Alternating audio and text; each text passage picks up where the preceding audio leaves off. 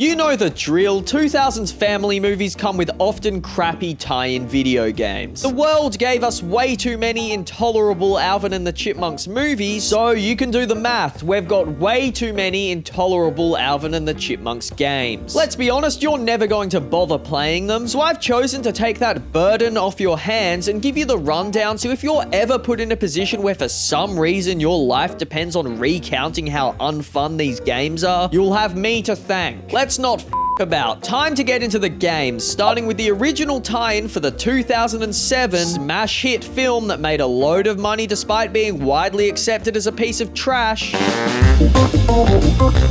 The game greets us with a broken main menu screen graphic featuring a pink bugging out Simon, accompanied by a terrible Chipmunks cover of the B-52's Love Shack.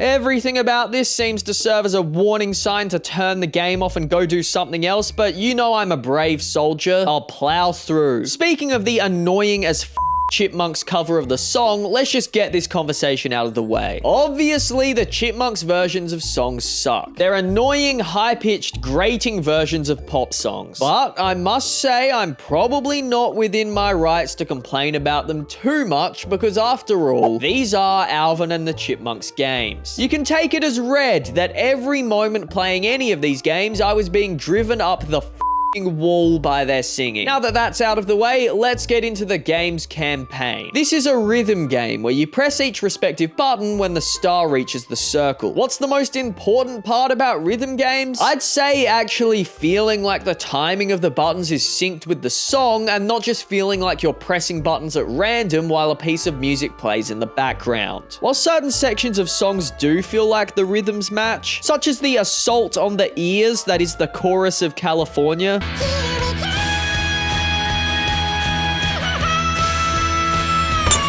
other sections feel like you're just pressing buttons while the song is on.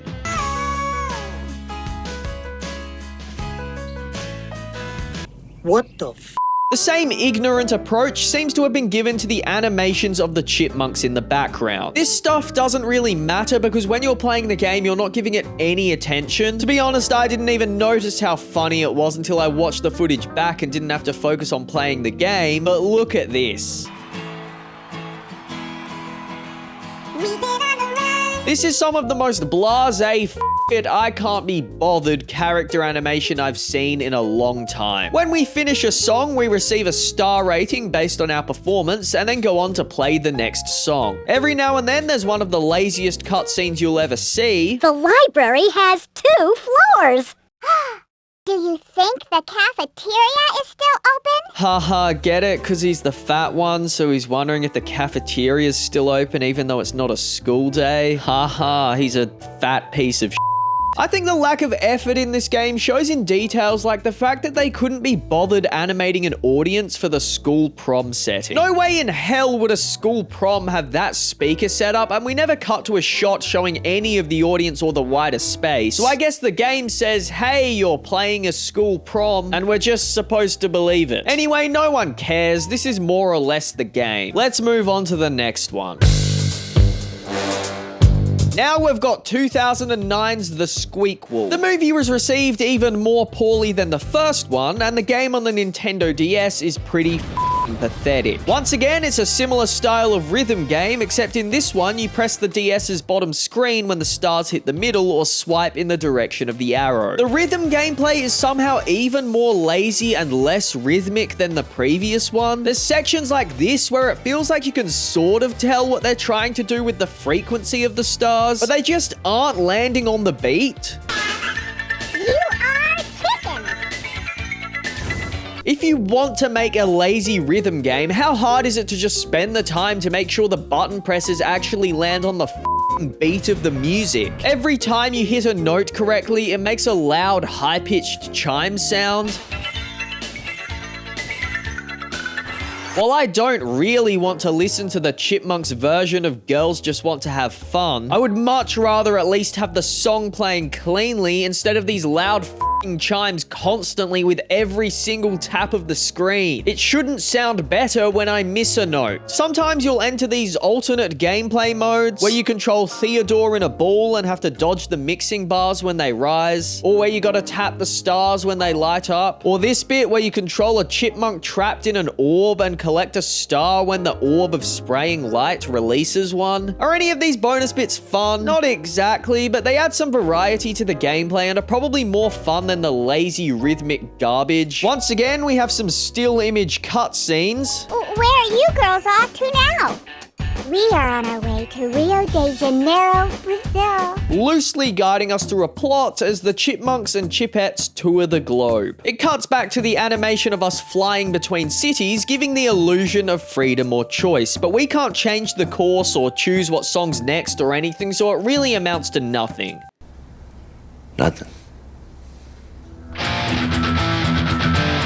Then in 2011, we got Alvin and the Chipmunks Chipwrecked. This movie was received even more poorly than the last one. How they managed to always find a new low is beyond me. That said, I'm willing to say the Nintendo DS game for Chipwrecked is the best of the 3 Chipmunks movie tie-in video games. I know that isn't a high bar to reach, but hey, it's something. See, the thing that separates this one from the others is that the way the rhythm gameplay works is a shape appears on screen, and you have to draw it in the bottom screen within the time frame. This means if you want to feel in rhythm with the music, you can draw the strokes of the shape in time with the song's melody.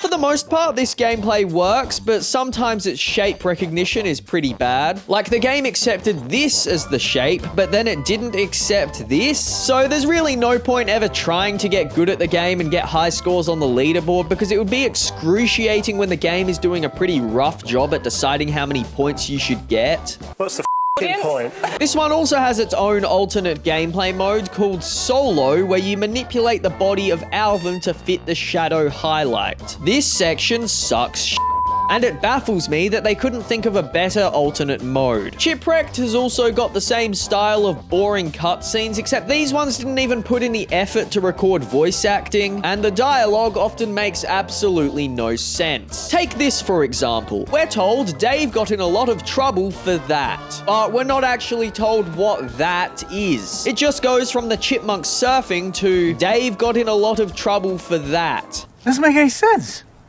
Too bad. I don't know if this makes more sense with the context of a scene in the movie or something, but regardless, it makes all sense here. Whatever, it's the Chipwrecked video game. Out of them all, it has the most tolerable gameplay, so I'd have to say it's the best of the trilogy. Wow.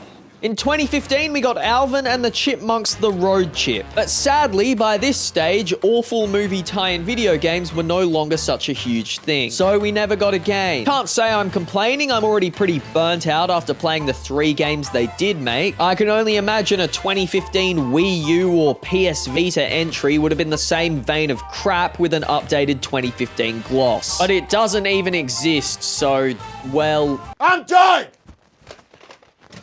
You hear me?